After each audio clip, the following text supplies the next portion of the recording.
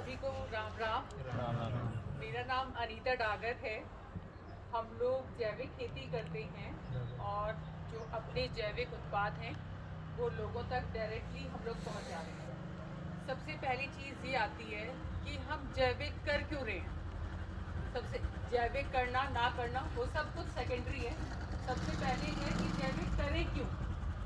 जैविक हम इसलिए करें क्योंकि हम सब ने मिलकर धरती माँ का नाश कर दिया। हम सभी जिम्मेदार हैं। फसल और नस्ल दोनों को हम बर्बाद कर चुके हैं। फिर आता है जैविक क्यों अपनाएं। बर्बादी इतनी कर दी है कि सामाजिक तौर पर अब हमें आगे आना होगा। अभी हम 0.1% हैं जो जैविक खेती कर रहे हैं, प्राकृतिक कर रहे हैं, पारंपरिक कर रहे हैं। परिस्थिति इतनी नाजुक है कि हर घर में परेशानियां हैं, बीमारी है। और कहने को हम कह देते हैं घर में कितने सदस्य हैं, 2 हैं, 4 हैं, 6 हैं, पर पूरा संसार ही अपना है। हम जिम्मेदार हैं और हम पर जिम्मेदारी ज़्यादा आती है किसानों पर, क्योंकि जैसा हम लगाएंगे वैसा लोगों तक पहुंचेगा और वैसा वो खाएंगे। किसान सिर्फ एक किसान नहीं है, वो एक डॉक्टर भी है, इंजीनियर भी है, साइंटिस्ट भी है, अन्नदाता भी है। सामाजिक तौर पे बहुत सारी जिम्मेदारियां हमें मिली हुई हैं, तो हम पर इन सब चीज़ों का बोझ ज़्यादा आ जाता है और हमें अपनी नैतिक जिम्मेदारी समझकर इन चीज़ों को आगे लेके चलना है। हम अभी 0.1% हैं, पर आगे 30-40 साल बाद सब कुछ जैविक होगा, क्योंकि पुराना समय फिर से वापस आ रहा है। हर एक चीज़ में आप देखेंगे फिर से हम लोग मटके बना रहे हैं, घर हम लोग अब जो है मिट्टी के, कंक्रीट के बना रहे हैं। खेतों में हमने अपना पैटर्न बदल लिया है खेती का। बैल फिर से चलेंगे, टाइम लगेगा क्योंकि हम विनाश इस कदर कर चुके हैं कि वापस आने में काफ़ी लंबा समय लगेगा।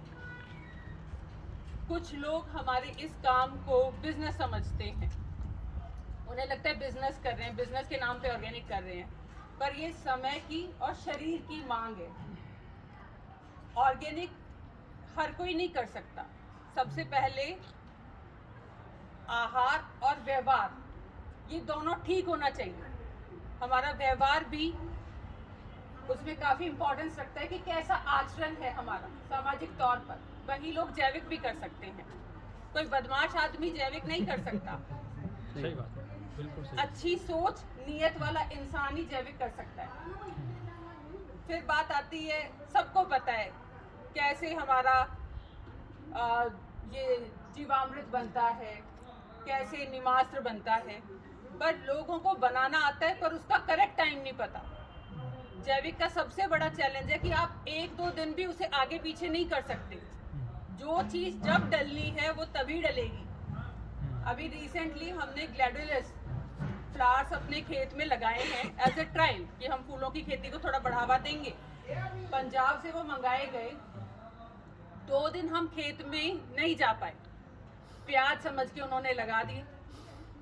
उन्हें लगा प्याज का बीज दिया है मैडम ने, और उन्हें कितना ही सिखा दिया था 2-2 फीट की दूरी पे रखना। तो मॉनिटरिंग बहुत ज़रूरी है। ऐसा नहीं आप इसे किसी के भरोसे भी छोड़ सकते हैं, वो काम खुद ही करना पड़ेगा। दूसरा, कोई भी चीज़ है उसको सामाजिक टच देने के लिए महिलाओं का रोल बहुत इम्पोर्टेंट है। हम लोग इतनी दूर से इसीलिए आए हैं क्योंकि मुझे पता है कि महिलाएं हमारी हर जगह बहुत कम होती हैं, और पूरा का पूरा जो स्वस्थ है, घर है, वो सब कुछ महिलाओं पे टिका हुआ है। बच्चे का खाना पीना सब कुछ जो जिम्मेदारी है वो एक महिला की है। अगर हम उन्हें इंक्लूड नहीं करेंगे तो अवेयरनेस नहीं आएगी। फिर हम सारे यही कहते रहेंगे मार्केट नहीं मिलती, मार्केट नहीं मिलती। मार्केट की समस्या क्यों आ रही है हम उस पर विचार नहीं करते। मार्केट की समस्या इसलिए आ रही है क्योंकि लोगों को अवेयरनेस नहीं है। नहीं तो लोग हमारे पीछे ऐसे पड़ जाएं कि खेत से ही सब कुछ उठ जाए रातों रात, जैसे ही कटे वैसे ही पहुंच जाए। पर क्यों नहीं पहुंच रहा? वो आसान नहीं है क्योंकि अवेयरनेस नहीं है। हम कलयुग में सतयुग वाली बातें कर रहे हैं सारी। जो जैविक किसान है हम सतयुग वाली संस्कृति और कल्चर को लेके आगे चल रहे हैं। सबके थॉट सब कटे हुए हैं, ईर्ष्या द्वेष हमारी रग रग में आया हुआ है। क्यों आया हुआ है? क्योंकि हम सबने जहर खा रखा है। पहले खाना पीना सुधारना पड़ेगा, तब थॉट प्रोसेस सुधरेगा। क्योंकि कहा भी जाता है जैसा होगा अन्न वैसा होगा मन, और वैसा ही तन। हाँ बिल्कुल। तो ये जरूरी है कि समाज के हर अंग को हम लेके चलें। स्कूलों में बच्चों को पढ़ाया जाए कि भाई समोसा नहीं खाओ, क्यों बाजरे की खिचड़ी खाओ। अगर वहाँ नहीं सिखाएंगे तो बच्चे वही हमारे कुरकुरे और ये अंकल चिप्स और यही सब और पेप्सी वेप्सी ढूंढ के जो शहर वाले अब छोड़ रहे हैं वो हमारे बच्चे अब खा रहे हैं। चाउमीन मोमोज हर गली मोहल्ले में दिख रहा है।